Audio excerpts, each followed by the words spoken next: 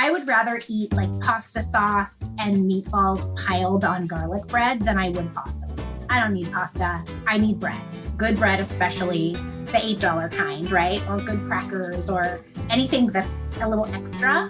I love in life. That's kind of just who I am. Welcome to Dear Food.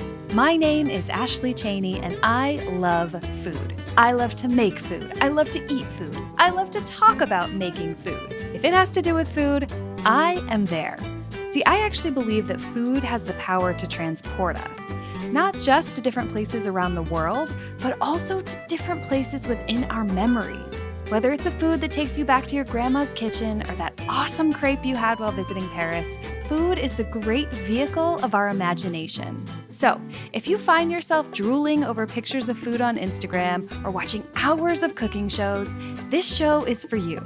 I created this podcast to connect with the emotional side of food and to be immersed in new cultures and dishes, not just through our belly, but most importantly, through our hearts. I am so excited to have you here. Let's dig in.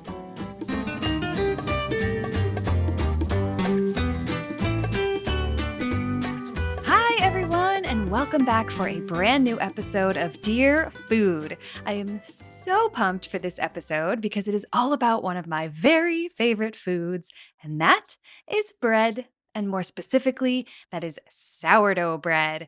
So if you're like me at all, you have been spending a ton of time in your kitchen lately, definitely more so than usual. And maybe you thought to yourself, this seems like a really good time to make bread. So you go online and you start researching recipes and you think to yourself, sourdough bread, that's what I want to make. And then you realize, okay, holy crap, this is actually so intimidating and really scientific and really hard to make. That point right there, that's about exactly where I was in my bread baking journey when I noticed an old colleague of mine was going live on Facebook every night to show her friends and family just how easy it was to make bread. And so begins today's episode.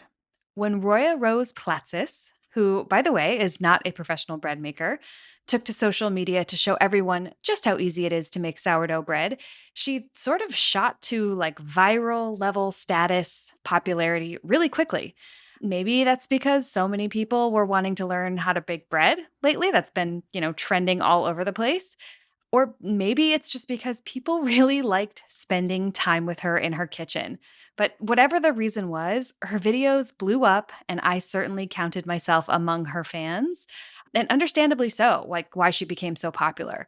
I found myself getting really excited for her live videos to pop up every night. I was, getting my materials ready, watching my starter, which you're going to learn all about in this episode, watching my starter start to bubble up and turn into this thing that we were going to make into bread. But what's possibly the most hilarious thing about this journey with Roya is that she's this HR professional, right? Her day job, she works in HR. She's like a very corporate, professional woman. But when she gets in her kitchen and gets on Facebook, the gloves are off. She absolutely holds nothing back, is 100% authentically herself, and that includes a lot of cursing, and I love it. So to that end, I do want to warn you, there is definitely cursing in this episode. I would expect nothing less from my dear friend here. But, again, it's part of the reason why and I'm sure a lot of her friends and followers loved being in the kitchen with her. Because, let's be honest, who hasn't been in the kitchen and just let a giant F-bomb rip when, something doesn't turn out or you ruin the dinner? It is so frustrating and so relatable, and Roya takes us there.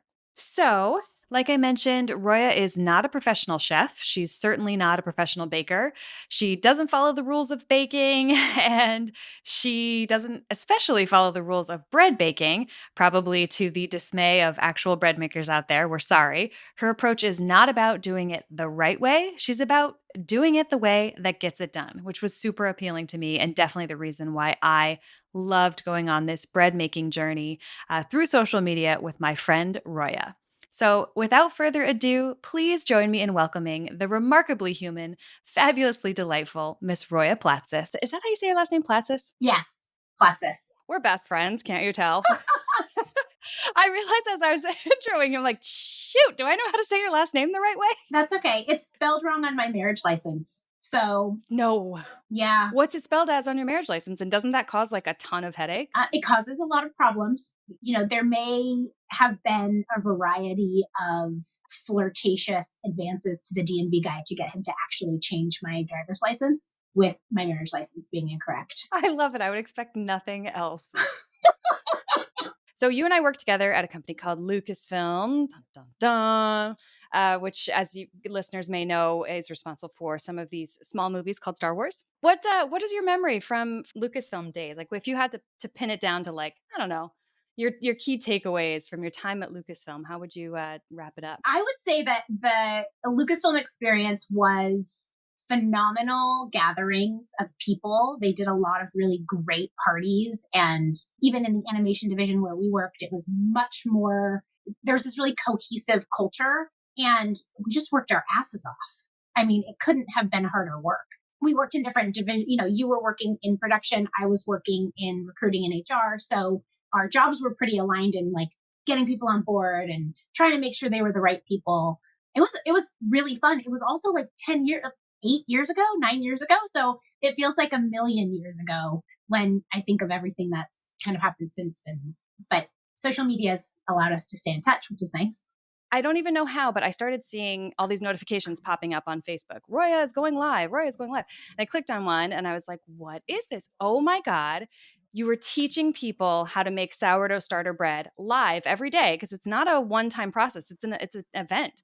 So can you talk us through what you were doing with this? What inspired this Facebook movement to teach people how to make bread from home, and kind of what your process was? Sure. So with the pandemic, I was feeling really lonely and feeling like maybe other people were feeling lonely too. I hadn't started my new job yet, but I did actually start a new job mid-pandemic. And making sourdough starter takes a fuck ton of time. Like it's over a lot of time. It's not that it takes a lot of effort. It's just that most people won't do it because there's a lot of steps, and who wants to do that? And then you get confused and then you fuck it up. And I just knew that I'd done it enough times that if I was going to be doing it anyway, which I was, I might as well teach folks. So I started teaching the neighbors. They started theirs. And then we had so much fun that I thought, I'm just going to do this on the internet. It's something that I'd always wanted to do. And then I did it, and then it caught on, and then people started watching. It totally caught on, because like I'm just gonna stop you there for a second and say, like, it's my job to like do social media and put videos out, and it's not always that you get people like paying attention to your videos. And I would say that I don't think that you put out any of these videos with the intention of them catching fire, but they did. I mean, your lives were getting like 500 plus views. Really impressive for doing absolutely doing absolutely nothing. That is what I was doing. No, not absolutely not. I mean, nothing in terms of like promoting it or like, you were just showing up and being you. And I think it speaks to the content of what you were doing. People really resonated with it. And obviously, it really registered for me too, because bread making is scary. And we're going to get into some of that as we dive into this, because what you did was really, really awesome. Before we get too much farther into the path of this bread making live on social, we begin every episode by asking our guests the same question. It's called the first taste segment. Do you remember the first food you ever tasted? The first food I remember tasting is the block of pink popcorn that they sell at the zoo. What? I don't know this. I've never heard of this. What is this? In the 80s, they had it's almost like a popcorn bowl, but it was pink, and they sold it in like a block.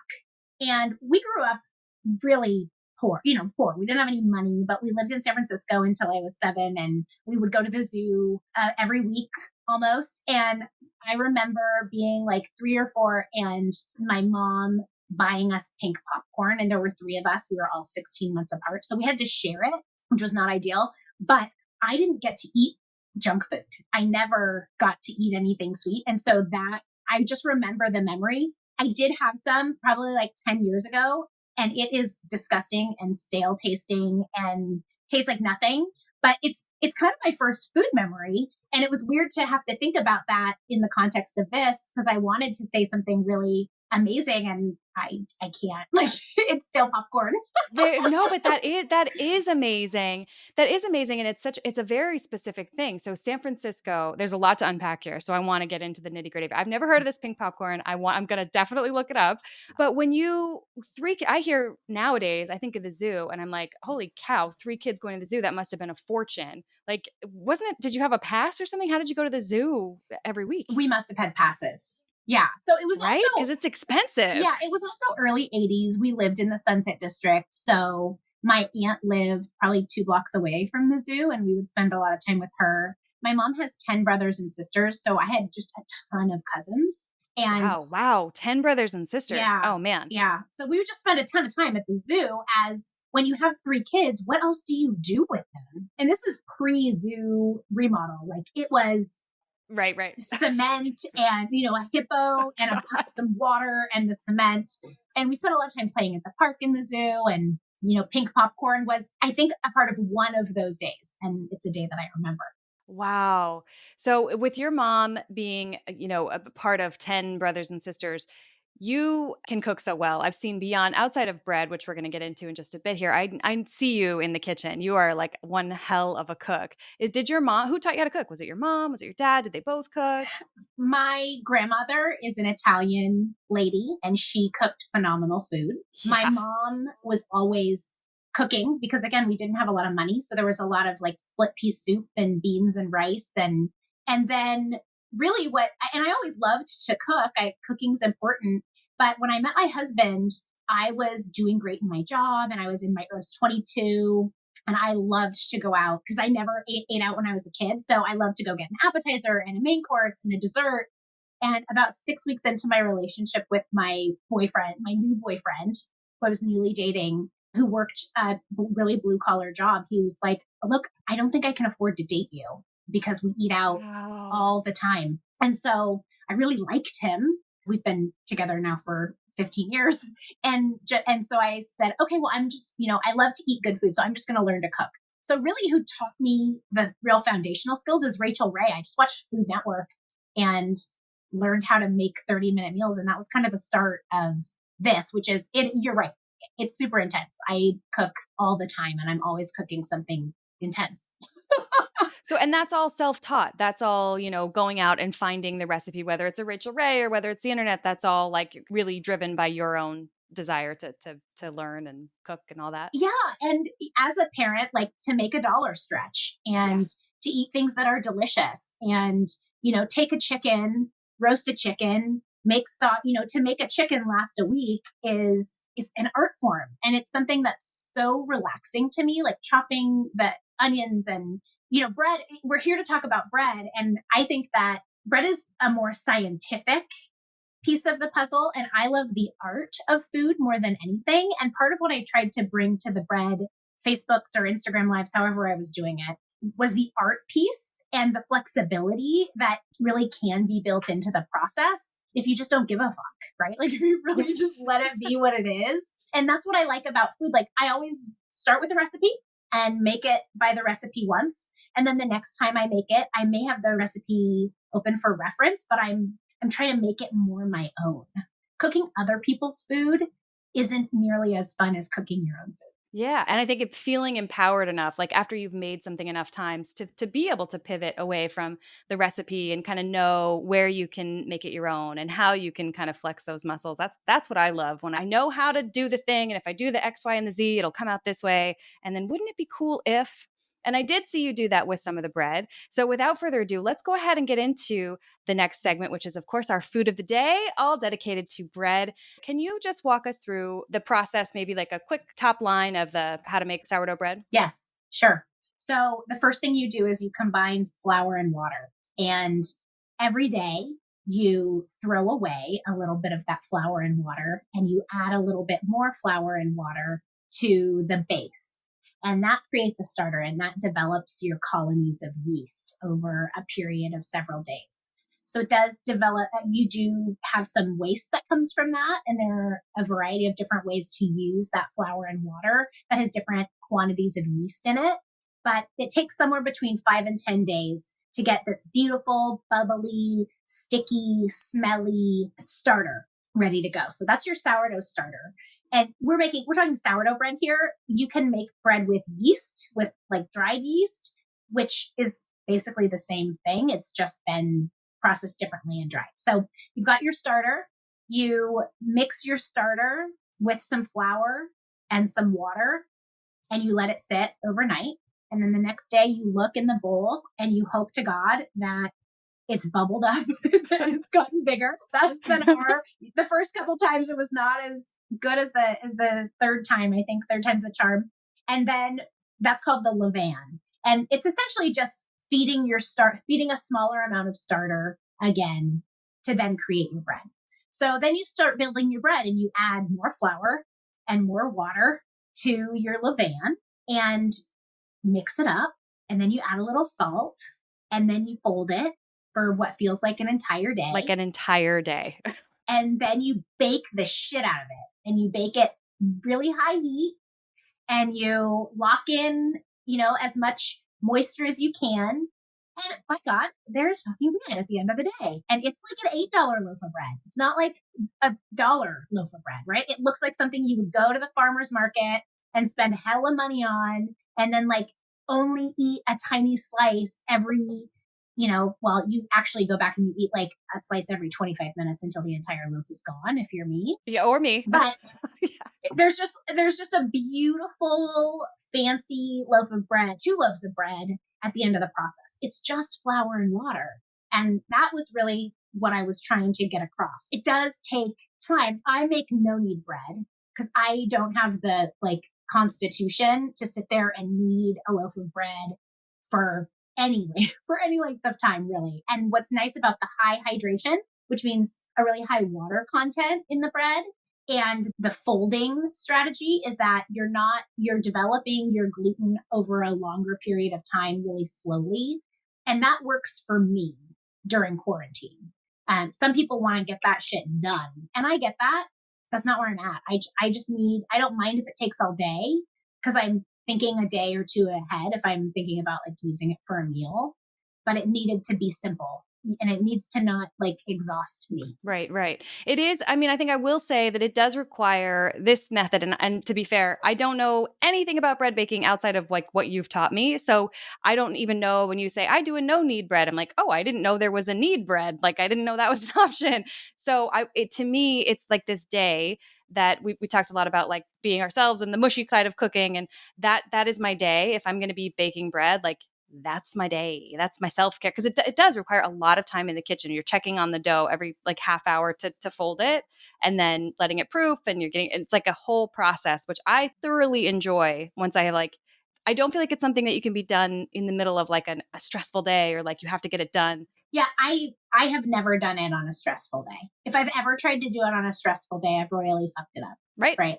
It's just gone for 3 hours because I got stuck on a call. And so I'm not making as much bread now that I'm working again. But there are days where I know, if I look at my calendar and I see, okay, I've got 2 calls, but otherwise I can go fold my bread every 30 minutes. I've got bread going right now.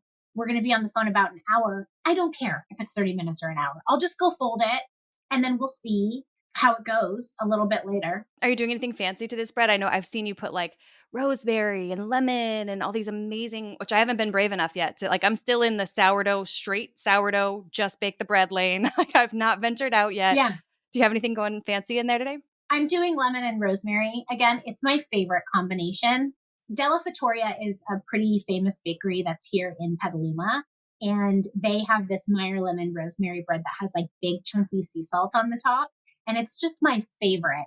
And they have a book that tells you how to make the bread their way. That is great. And I have not done it that way. I just add the lemon zest and the rosemary to my bread and it comes out close enough and I feel fancy. Wait, I baked an $8 loaf of bread. Is it just literally lemon zest? You take a lemon, you zest it, and then dried rosemary? Can you tell us a little bit about that process? Sure. Yeah. So I have fresh rosemary in my backyard. So I use fresh rosemary, but you could use dried. And so I chop up just a small handful of rosemary and then I zest an entire lemon. Once you've added your starter, your levain to your flour and water, you begin this folding process where every 30 minutes you fold 4 times, one on every side for 360 degrees. And when I do that process, I do sprinkle the rosemary and then zest the lemon over the dough, the really wet dough. And I just fold it in as I'm doing my kneading. So I'm essentially slowly kneading in the ingredients that are going to become the flavorings of my dough. So every time you go into fold, you add more zest and rosemary, or just No, one time in and then I just do it once. Oh, I really want to try that. Yeah, because then it's folding it in. It really, if you want to feel like you really have hit the next level, do that. I mean, I think sun-dried tomato is really good with maybe a little bit of chopped garlic. Yes. That's a really delicious loaf. Or like smearing a little pesto on it and folding it that way. It does require, again, that you're super patient with yourself just in case something doesn't quite turn out the way that you'd hoped. Like, it's just a learning experience, right? Like if I added garlic and then my whole thing was fucked up, I'd be like, okay, maybe there's some type of chemical in the garlic. Like maybe I should cook the garlic a little bit before I throw it in. And then I just try. So I like to try things a couple times. Yeah. If they don't turn out exactly the way I want them to the first time, until I get it to the point where I want to serve it to people that I love. Yeah. Because food is my love language, right? So Roya, you taught me how to make sourdough bread. Not without fail. There were failures. And I'm talking so many failures. Roya, I broke down in my kitchen and cried. I thought I was a failure. I mean, baking does that to me. Cooking, it's okay because there's some flexibility. But as we're kind of dancing around here, there's science. There's sciencey stuff happening here. But like, how scary was it to be doing that live? Like, I felt the pressure along with you. So if you weren't joining along with Roya's live bake along, every night she would go live on Facebook at like 6:00 or 7 p.m.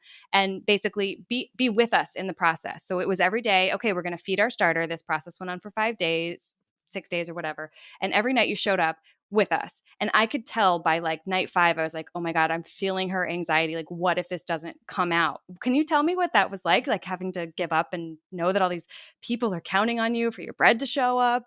Yeah, it was fucking terrifying, honestly. Well, it started as just my friends watching, and that felt okay. And then there were 600 people watching, and that felt a lot more exposed. I felt there's a piece of this that is a little bit of personal work for me around being vulnerable.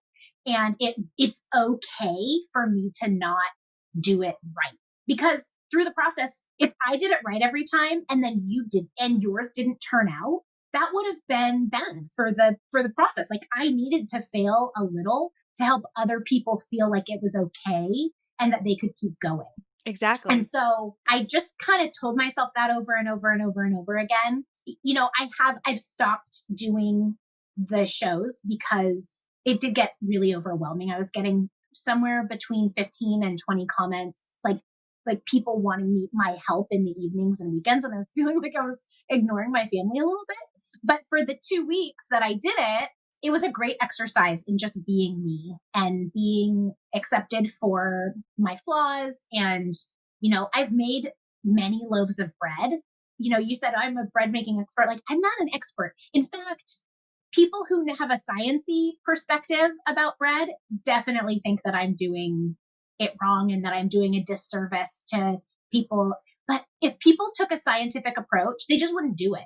Exactly. Right? Like some people have gone further. That's why I chose to make bread with you, because I'm like, it's intimidating and it's overwhelming to be, frankly, listening to some guy with, tape on his glasses being like, and you need your water to be at 172 degrees exactly. And it's like, I just want to make bread. And like people were doing this back in the day, way before we had all these crazy instruments to like, can you just tell me the basic way? And so to me, that is an expert. You are an expert because you have made bread. You have made bread consistently and you've done it. And you've showed us what happens when you make a mistake and that it's okay and you move on. And so I love your approach to everything in life, but particularly in the kitchen, because I think it can be a really intimidating place for people. Certainly was for me. It certainly was, Yeah. And I love that you exposed us to your vulnerability. And I thought, God, that's so inspiring. Like, and I think it's your authenticity, your realness is what everybody freaking loves. And the comments were like, I love that she curses. This is awesome. It's like, it's such an exercise. What has bread taught you about yourself? Well, that I swear too much, first of all, No. especially looking at myself on camera. Well, I think that bread has really taught me about the lack of personal limitations that I truly have. To be able to be seen by so many people and really seen in a pretty special way, and to have made an impact, that experience has taught me a lot about myself and it has helped me come further. This is definitely not like supposed to be a personal journey. It is. I'll keep going. Food is the most personal journey, don't you think? I think food is like this avenue, this vehicle that like does it's the thing that opens up doors. It's the way we make connections with people that we haven't talked to in 5 years. Like food is that door to the soul. I think it's the most important, most personal. Food is definitely where it starts, right? Everyone eats. And so there's an opportunity there. I also learned I can't eat bread. I can't eat so much bread. Like, oh my God, making so much bread. I have a loaf going right now because I'll make 2 loaves of bread and then they can last me for a week. But during that process, I ate so much bread that I was like sluggish. It kind of started affecting my mood. 100%. I would rather eat like pasta sauce and meatballs piled on garlic bread than I would pasta. Like, I don't need pasta. I need bread. Good bread, especially the $8 kind, right? Or good crackers or anything that's a little extra. I love in life. That's kind of just who I am. Yeah, you're a little extra. I love it. A little extra, right? And I think what I learned is doses of things, right? Like a little bread is great. And then let's make a salad. Maybe there's some bread in your salad, but let's make a salad and a chicken and having that level of patience and understanding with myself when like that journey had to be done for me was really good too. Yeah. Did that answer your question? Oh my God, it so does. Everything you're saying is like, I'm like, oh my God, listen to the wisdom of, I think, I'm really romantic about food and it's the reason why I have a podcast dedicated to food. But like, I hear everything that you're saying and I'm like, God, food is it's this blessing. It's this great teacher, continues to teach me every single day, whether it's very literally a new dish and a new skill, like I'm making bagels. I'm like, oh my God, I can make bagels. This is so cool. Like whether it's something like that, or it's like that process of going, oh wow, I can make bagels. It literally opens my mind and go to this idea of like, what else can I do? And I think that's like huge. And that's outside of the kitchen too. It's like this, I get a little meta with it, but I'm serious. I think it's just this incredibly powerful tool. I want to talk a little bit about your family. Can you tell me about your family and your husband, who sounds like a wonderful first date? I'm so glad that you guys decided to stick with it and tone back on the restaurants. Tell me about your family. Yeah. So I have 2 kids. My daughter's 13 and my son is 11. My husband and I have been together a little over 15 years. And we have, I think that what has really been a blessing about all of this forced time together is that we have grown a lot stronger as a unit. We do enjoy each other's company. I traveled about 50% of the time for my last job and was gone every other week during the week. So, my husband was really the primary caregiver to our kids for the last 5 years. Oh, wow. I didn't know that. Yeah. So this has been incredible and super frustrating also, but we're doing okay. My daughter's a vocalist and a thespian, so she's heavily involved in theater. There's a lot of singing happening all the time in our house, and they've gotten involved in the cooking show and in the cooking, and in fact, kind of want me to get back into it. My son had the idea. We do a meal plan at the beginning of every week, and he was like, well, Mom, maybe you can like show people what our meal plan is and then, do your show just a couple nights a week with those meals so that you can keep going. So they liked it. I cracked under the pressure. Oh, well, it's a lot of pressure. I mean, listen, I know intimately my life is production. I produce shows. I get it. And I crack under the pressure of this thing that I have that nobody is telling me to make but myself. So do you get nervous when you serve people food? Like, does it give you any kind of like, oh God, I hope they like it? Or do you even experience that anymore? Not anymore. I'm super confident in my cooking skills. I mean, I get nervous when I cut into a loaf of bread. I put a quarter cup of Sultan that I told 600 people to also put a quarter cup of salt in. But that's the most nervous I've been in years. No, I'm super confident that I understand the different ways to pull something together. The only time I get nervous is like if I cook a chicken or something, or like the turkey on Thanksgiving, when my father-in-law tells me that he thinks needs to be cooked more. And I'm like, no, I've taken the temperature. I know it's the right, temperature. And then like that first cut into the Thanksgiving turkey it doesn't matter how much time or how confident you are in your cooking ability. Like Thanksgiving, there's so much pressure. I am such a control freak in the kitchen.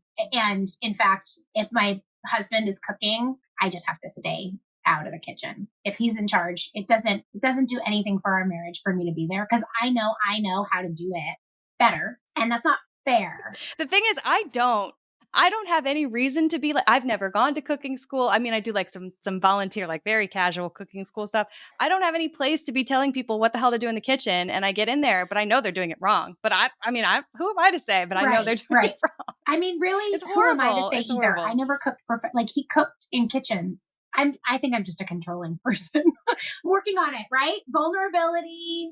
Like that was part of what the whole experience was about was I can't control this. Like the yeast is going to be ready when the yeast is ready. It was amazing because we couldn't control it either. And so like instead of it being this perfectly polished presented package, it was like, oh man, we are in this together. Like we are all going through this together. And to that end, we were all able to share the victory of when on my third try, I had 2 shitty breads before I finally got a loaf that I was so proud of. I'm not exaggerating. I'm not like making a joke. I did a dance in my kitchen. I started crying. I was so pleased when I finally had a loaf come to perfection. It's just, and you did that for me. You did that for all of us, for so many people.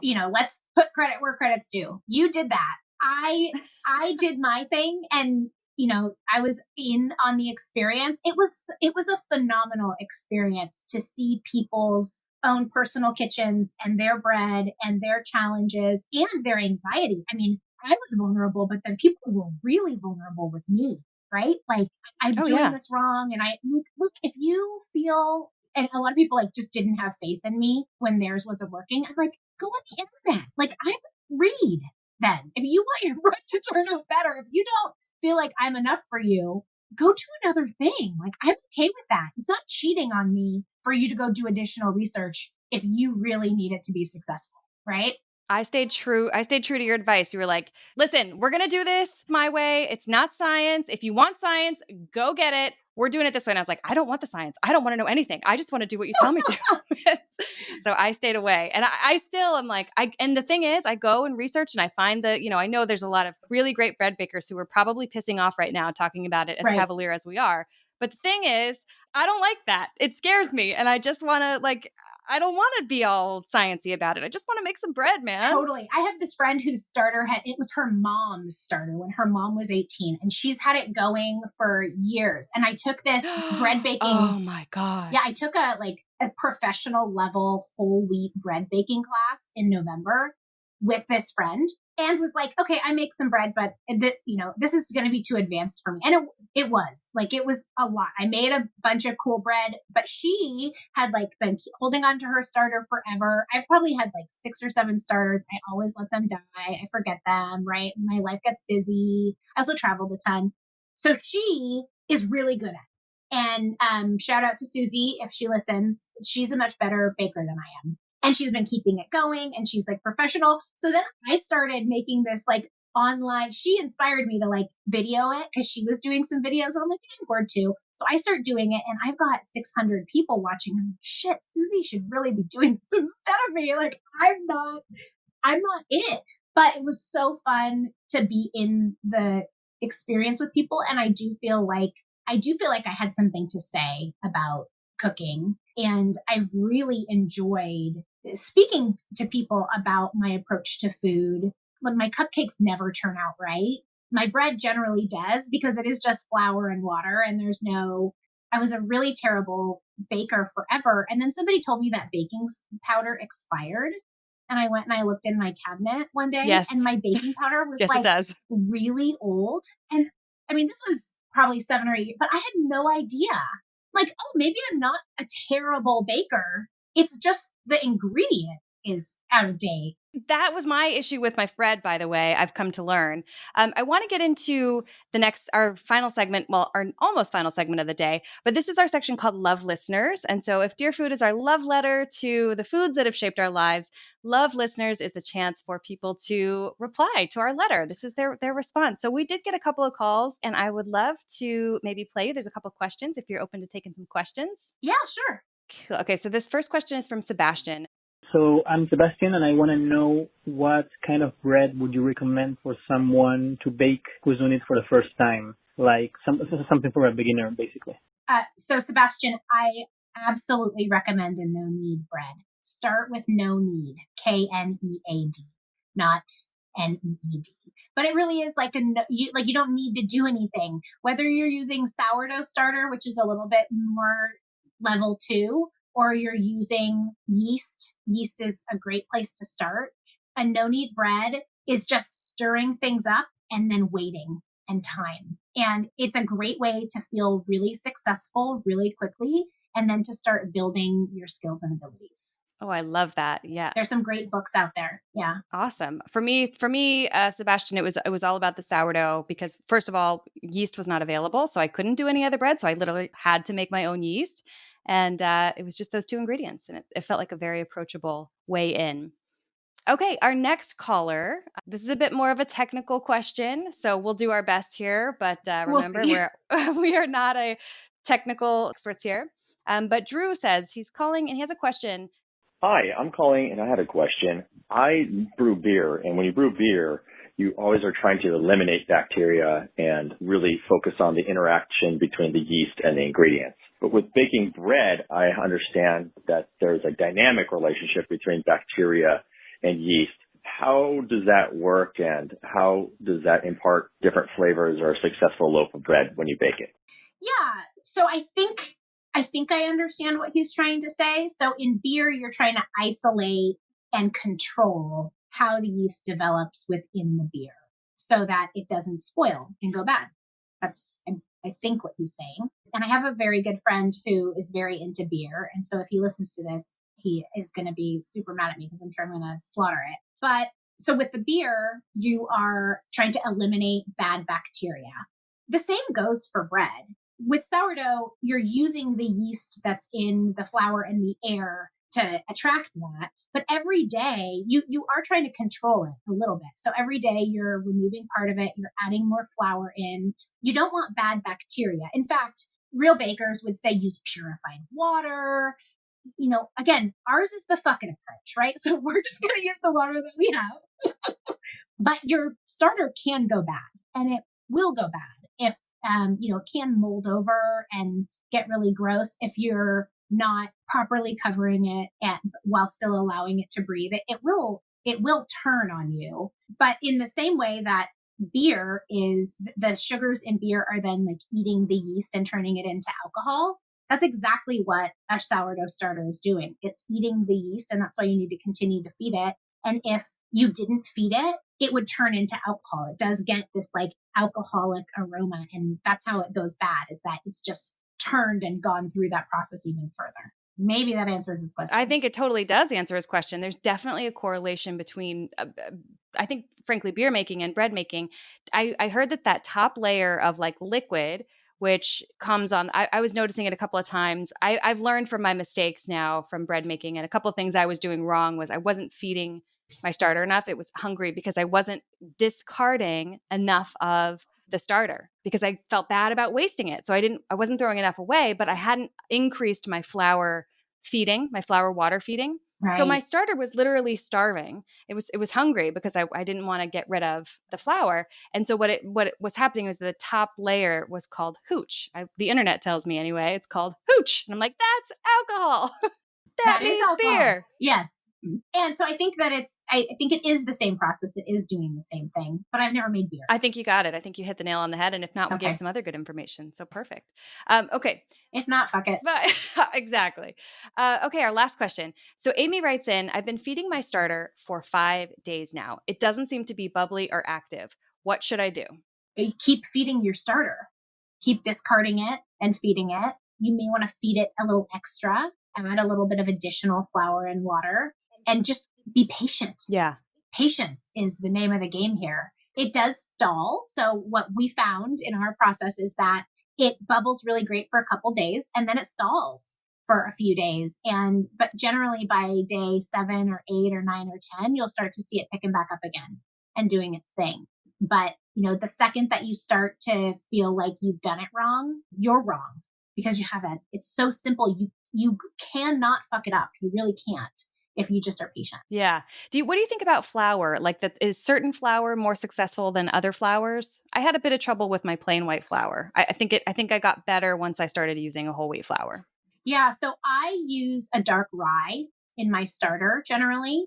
And then just because it's got more like stuff in it, right? Like white flour is often bleached. It is, the kind of organisms in it. It's just not as funky. Like if you're looking to really develop funkiness in your starter, which is going to make it a really strong starter, using something that has a little bit more heft in it can be helpful. So if you're using an all white flour, you don't have to start over. You just add a different kind of flour and then you're getting just a little extra food in there for the depth of flavor. It also just increases depth of flavor for your final product. I love that. What I also learned from the good old interwebs is that if you are going to be like, so for example, my starter that was kind of fizzling out a little bit, which I was using with just plain white flour.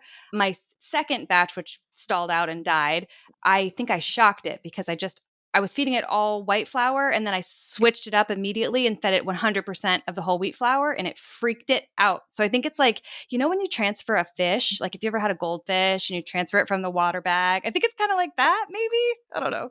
It is. Yeah. Or like when you introduce a new food to your dog or cat, you have to like mix the food. It's a new pet, right? Your starter is a new pet. It's just another living thing. And you're right.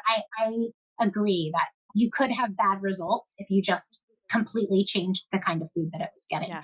It doesn't mean you will always have bad results, but it just depends on how, like, are you feeling lucky? Right. Right.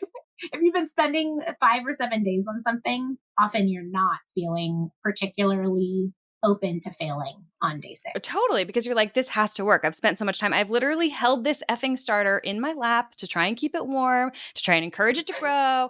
Like I was going nutso with the starter. It was crazy.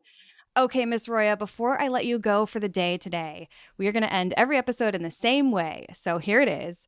Tell us your dream dinner. If you could have whatever you wanted in the world, any place in time, anywhere in the world, what would you have for dinner tonight? Well, I have a favorite meal for sure, and it is fried chicken, like a super double battered, home fried chicken thigh specifically. So it's dark meat, super crispy chicken thigh with cheesy, garlicky mashed potatoes, some type of a super vinegary coleslaw to cut some of the richness and the fat, and then probably also macaroni and cheese. Like, let's just go carbohydrate. Let's go fat, full dairy. I mean, if I'm picking things out of a lineup, it's those 4 things: vinegary coleslaw, fried dark meat chicken, cheesy mashed potatoes, and a side of macaroni and cheese. You must have listened to last week's episode, the soul food episode, where we talked about fried chicken. You must have heard it.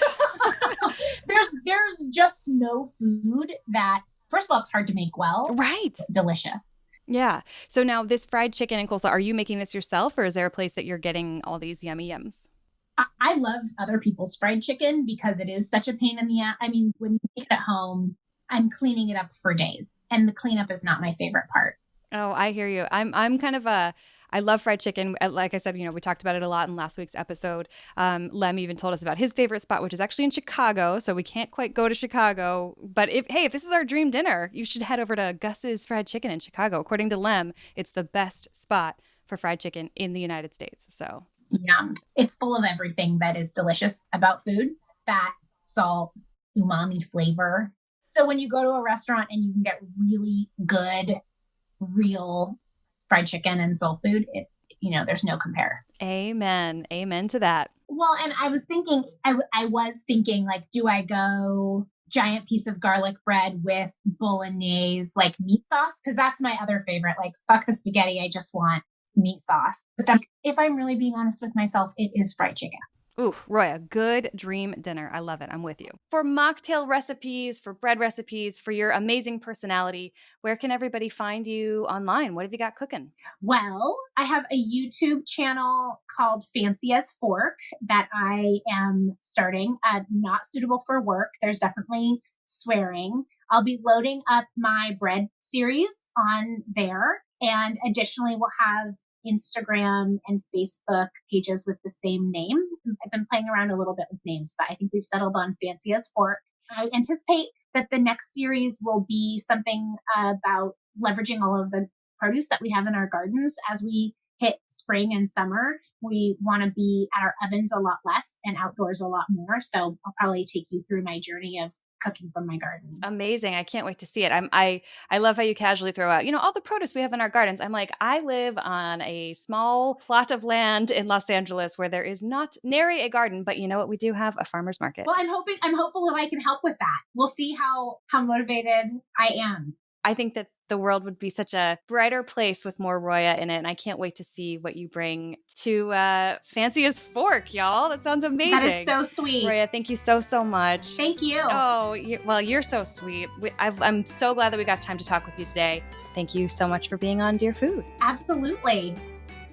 Hey everyone, don't forget to subscribe to Dear Food and listen to the show for free on Apple Podcasts. Thanks so much, and we'll see you right back here for the next episode.